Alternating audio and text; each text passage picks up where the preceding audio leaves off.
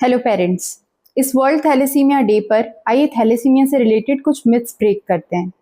Myth number 1, क्या thalassaemia छूने से फैलता है? जी नहीं, ये एक आनुवांशिक या जेनेटिक बीमारी है जो कि माता पिता के जीन्स के थ्रू ही बच्चे में आ सकती है। ये छूने से, साथ खाना खाने से, साथ में खेलने से नहीं फैल सकती। मिथ नंबर 2, अगर पेरेंट्स में कोई सिम्टम्स नहीं है और पेरेंट्स को कभी ब्लड ट्रांसफ्यूजन की जरूरत नहीं पड़ी तो इसका मतलब बच्चों में थैलेसीमिया हो ही नहीं सकता। जी नहीं, ये एक मिथ है। हो सकता है कि पेरेंट्स कैरियर हों। अक्सर कैरियर्स में कोई सिम्टम्स नहीं आते या इतने माइल्ड सिम्टम्स होते हैं कि वो अक्सर डायग्नोज ही नहीं हो पाते थैलेसीमिया के लिए।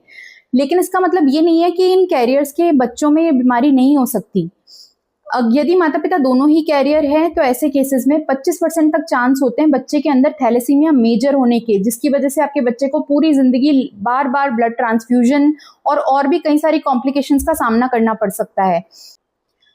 मिथ नंबर 3, यदि हमें कोई शिकायत ही नहीं है, कभी खून नहीं चढ़ाना पड़ा, तो हम क्यों अपना टेस्ट कराएं थैलेसीमिया के लिए? देखिए, थैलेसीमिया एक ऑटोसोमल रेसेसिव बीमारी है, यानी कि यदि माता पिता दोनों ही कैरियर हैं, हो सकता है उन्हें लाइफ में कभी कोई सिम्टम्स नहीं आए हों, कभी खून चढ़ाने की जरूरत नहीं पड़ी हो या कोई और कॉम्प्लिकेशन नहीं हुई हो, फिर भी उनके बच्चों में 25% तक चांसेस हैं थैलेसीमिया मेजर होने के।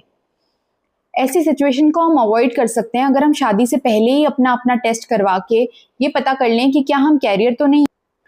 दूसरा, यदि एक कपल जिसमें मेल एंड फीमेल दोनों ही कैरियर हैं, अगर वो फीमेल प्रेग्नेंट है तो ऐसी सिचुएशन में आप टाइम से पहले ही अपने डॉक्टर से एंटीनेटल डायग्नोसिस के बारे में बात कर सकते हैं। मिथ नंबर 4, थैलेसीमिया को प्रिवेंट नहीं किया जा सकता।